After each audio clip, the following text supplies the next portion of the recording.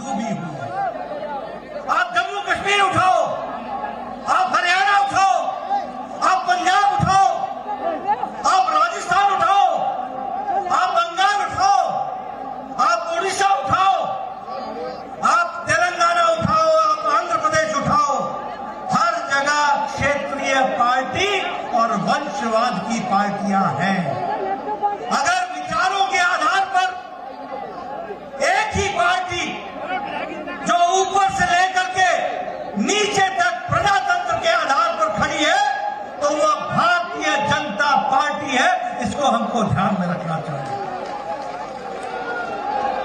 सभी vote bank की राजनीति करते हैं। कोई जिन्ना के नाम पर जीता है, कोई जाति के नाम पर पार्टी को खड़ी करता है, लेकिन ये हमारी पार्टी है जो सबका साथ, सबका विकास, सबका विश्वास और सबका प्रयास लेकर के चलती है, सबको साथ लेकर के चलती है, सभी को ताकत देती है। और मित्रों, हमारी पार्टी विचारशील पार्टी है। गद्दी पर बैठने नहीं आई है, कुर्सी पर बैठने नहीं आई है। कुर्सी के माध्यम से, विचारधारा के माध्यम से देश को मजबूत करने आई है। हम लोग ही थे, आप सबके हमारे बुजुर्ग नारा लगाते लगाते चले गए। एक देश में दो निशान, दो विधान, दो प्रधान नहीं चलेंगे। लेकिन ये हमारी पार्टी थी, ये मोदी जी की इच्छा शक्ति थी और अमित शाह जी की रणनीति थी, जिसने धाराशाही कर दिया, धारा 370 को समाप्त कर दिया। ये हमारी पार्टी करती है। अब इस देश में एक विधान, एक संविधान और एक प्रधान ये हो गया है। इसको हमको समझना चाहिए। हमारे यहां 8 करोड़ से ज्यादा मुस्लिम बहनें ट्रिपल तलाक, 3 तलाक से ग्रसित थी, चिंता में थी, कोई पूछने वाला नहीं था। सुप्रीम कोर्ट ने कहा था 3 तलाक समाप्त करो। नेताओं में और पार्टी में ताकत नहीं थी। लोगों ने इंतजार किया। आपने मोदी जी को प्रधानमंत्री बनाया। आपने जिस उंगली से यहां से राजवीर सिंह को चुना, आपने जिस उंगली से आपने सतीश को चुना, आपने जिस उंगली से दबा करके कमल खिलाया, उसी उंगली ने जाकर के 370 को, ट्रिपल तलाक को समाप्त कर डाला और 8 करोड़ मुस्लिम बहनों को इज्जत के साथ जीने का हक दिया। मित्रों, सही पूछ रहे थे योगी जी कि क्या कभी अखिलेश की सरकार होती तो राम जन्मभूमि पर भव्य राम मंदिर बनता क्या? और आज अगर बन रहा है तो प्रधानमंत्री नरेंद्र मोदी जी हैं और मुख्यमंत्री श्री योगी आदित्यनाथ जी हैं। इस कारण से बना। दो जीवों की एक आत्मा नहीं हो सकती, दो शब्दों का एक मतलब नहीं हो सकता। हर शब्द का अलग मतलब होता है। देश की राजनीति में आज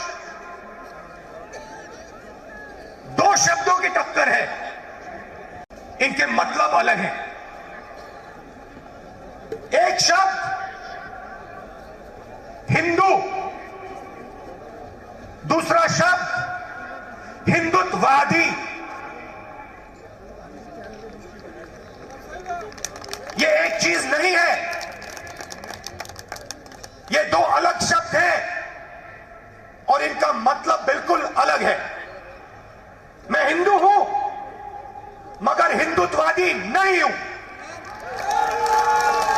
ये सब हिंदू हैं मगर हिंदुत्ववादी नहीं है।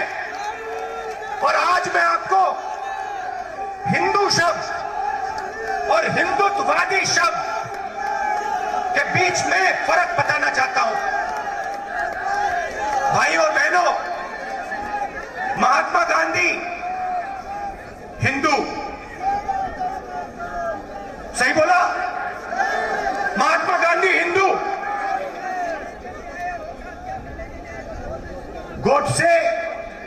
हिंदुत्ववादी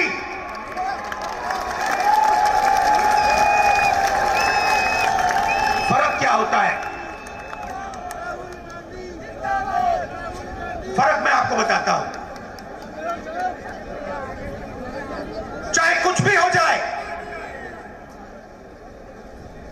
हिंदू सत्य को ढूंढता है। मर जाए, कट जाए, पिस जाए, हिंदू सच को ढूंढता है। उसका रास्ता सत्याग्रह। पूरी जिंदगी वो सच को ढूंढने में निकाल देता है।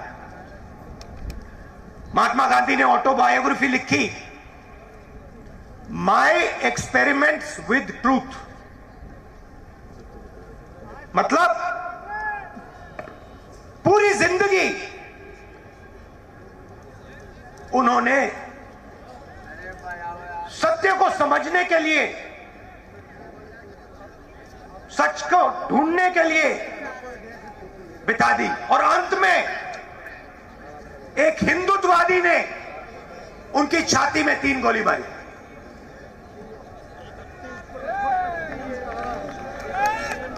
भाइयों बहनों, हिंदुत्ववादी अपनी पूरी जिंदगी सत्ता को खोजने में डाल देता है, लगा देता है। उसको सत्य से कुछ लेना देना नहीं, उसे सिर्फ सत्ता चाहिए और सत्ता के लिए वो कुछ भी कर डालेगा। किसी को मार देगा, कुछ भी बोल देगा, जला देगा, काट देगा, पीट देगा, मार देगा, उसे सत्ता चाहिए। उसका रास्ता सत्याग्रह नहीं, उसका रास्ता सत्याग्रह है।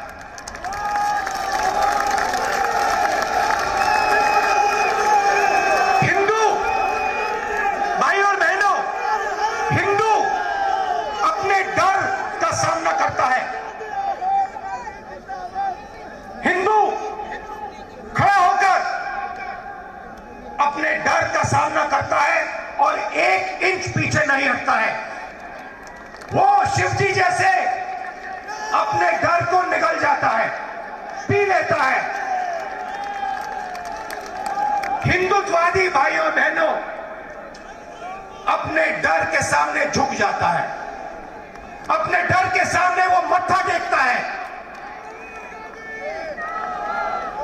हिंदुत्ववादी को उसका डर डुबा देता है और इस डर से उसके दिल में नफरत पैदा होती है। डर से नफरत पैदा होती है, गुस्सा आता है, क्रोध आता है। हिंदू डर का सामना करता है, उसके दिल में शांति पैदा होती है, उसके दिल में प्यार पैदा होता है, उसके दिल में, उसके अंदर शक्ति पैदा होती है। ये भाई और बहनों, हिंदुत्ववादी और हिंदू के बीच में फर्क है। मैं आपको ये भाषण क्यों दिया? क्योंकि आप सब हिंदू हो, हिंदुत्ववादी नहीं। और ये देश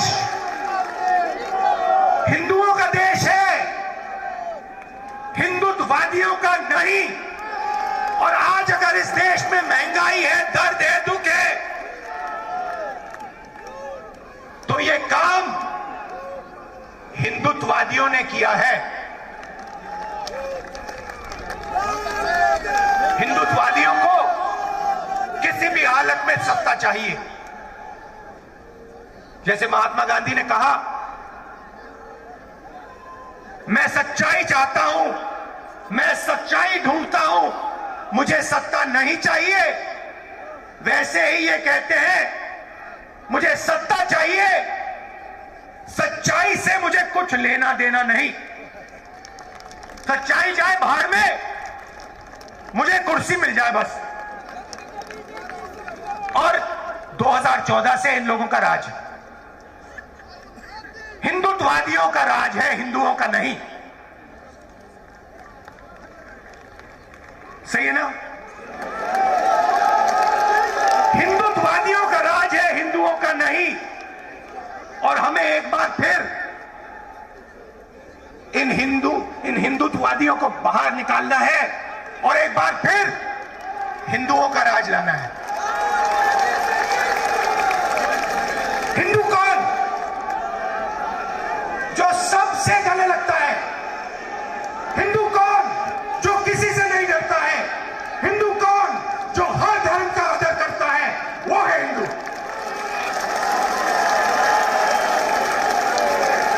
आप हमारे कोई भी शस्त्र पढ़ लीजिए, रामायण पढ़िए, महाभारत पढ़िए, गीता पढ़िए, उपनिषद पढ़िए, मुझे दिखा दीजिए कहां लिखा है कि किसी गरीब को मारना है?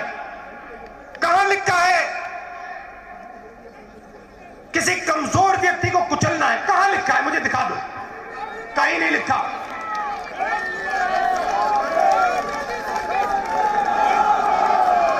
गीता में लिखा है, गीता में लिखा है सत्य की लड़ाई लड़ो,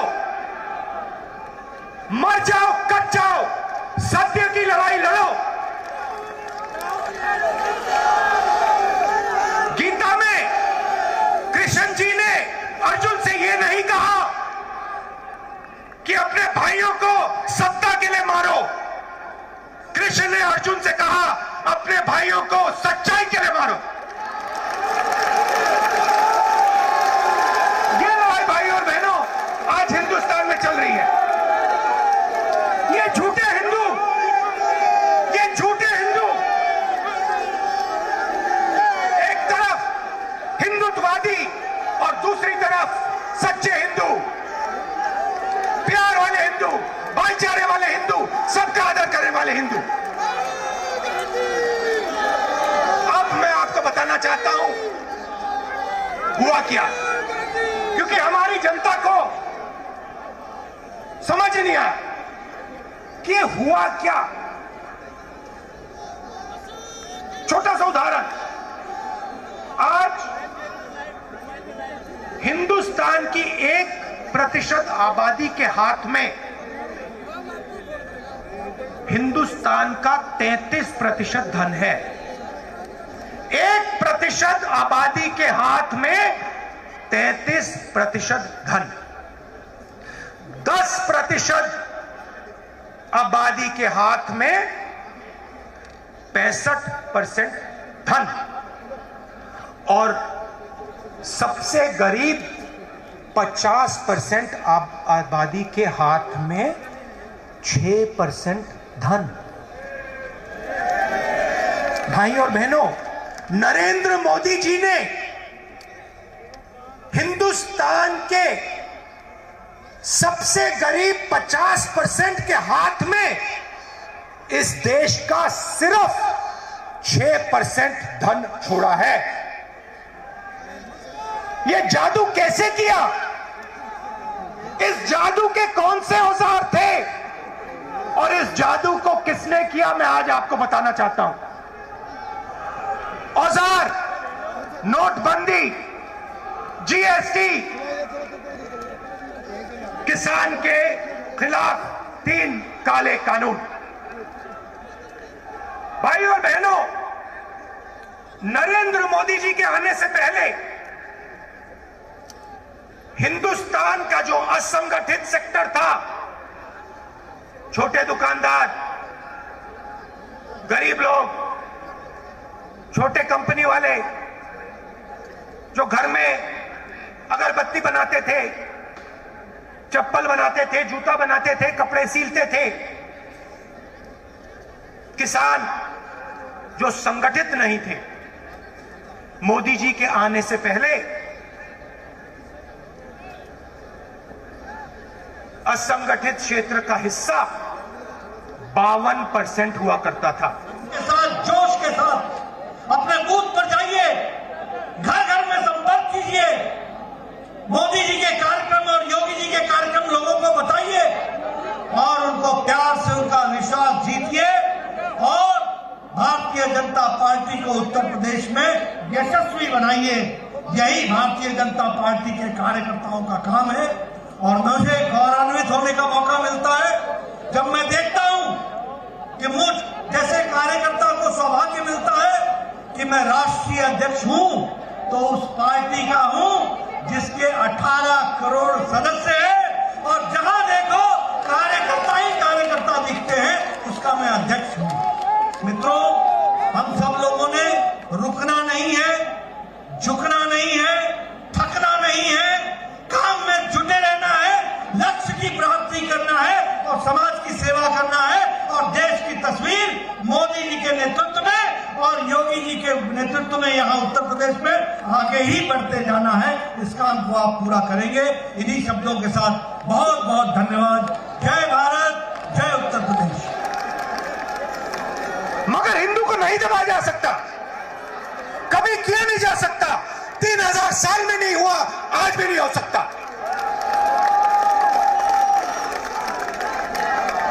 क्योंकि हम डरते नहीं है, हम किसी से नहीं डरते,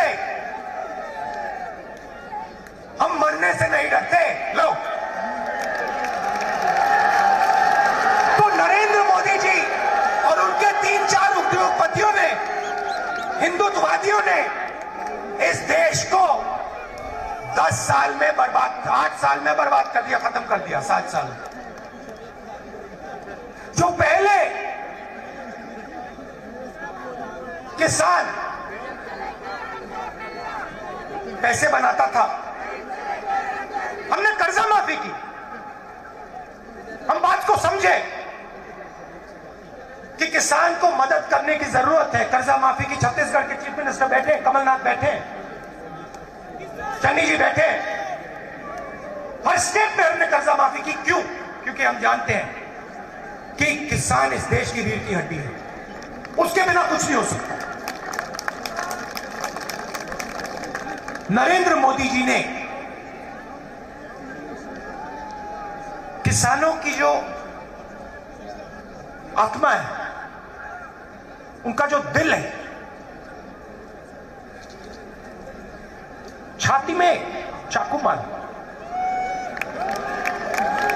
और भाई और बहनों, आगे से नहीं, यूं नहीं,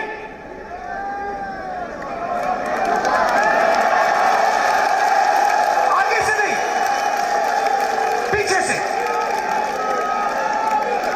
क्यों? क्योंकि हिंदुत्ववादी है।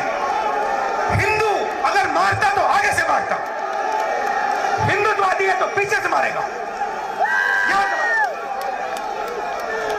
भाई और बहनों, पीछे से छुरा मारा और फिर कहते हैं जब हिंदू किसान हिंदुत्ववादी के सामने खड़ा हुआ तो हिंदुत्ववादी ने कहा मैं माफी मांगता हूं, मैं माफी मांगता हूं। और फिर चन्नी जी बैठे हैं। भाई और बहनों, 700 किसान शहीद हुए। यहां हमने 2 मिनट मौन रखा, पार्लियामेंट में मौन रखने नहीं दिया। मैंने कहा अगर आप नहीं करना चाहते मैं खड़ा हो जाता हूं। ऑपोजिशन के लोग 2 मिनट खड़े हुए, मौन नहीं किया। चन्नी जी से आप पूछिए, चन्नी जी हैं? नहीं। चन्नी जी से अगर आप पूछेंगे, कहेंगे 400 किसानों को, 400 शहीद किसान के परिवारों को पंजाब की सरकार ने 5 लाख रुपए दिए और उनमें से 152 को रोजगार दिलवा दिया है और बाकी को हम रोजगार देने जा रहे हैं। आप है ना? सही बोला। Presenting B News app available on Google Play and App Store. Download it now.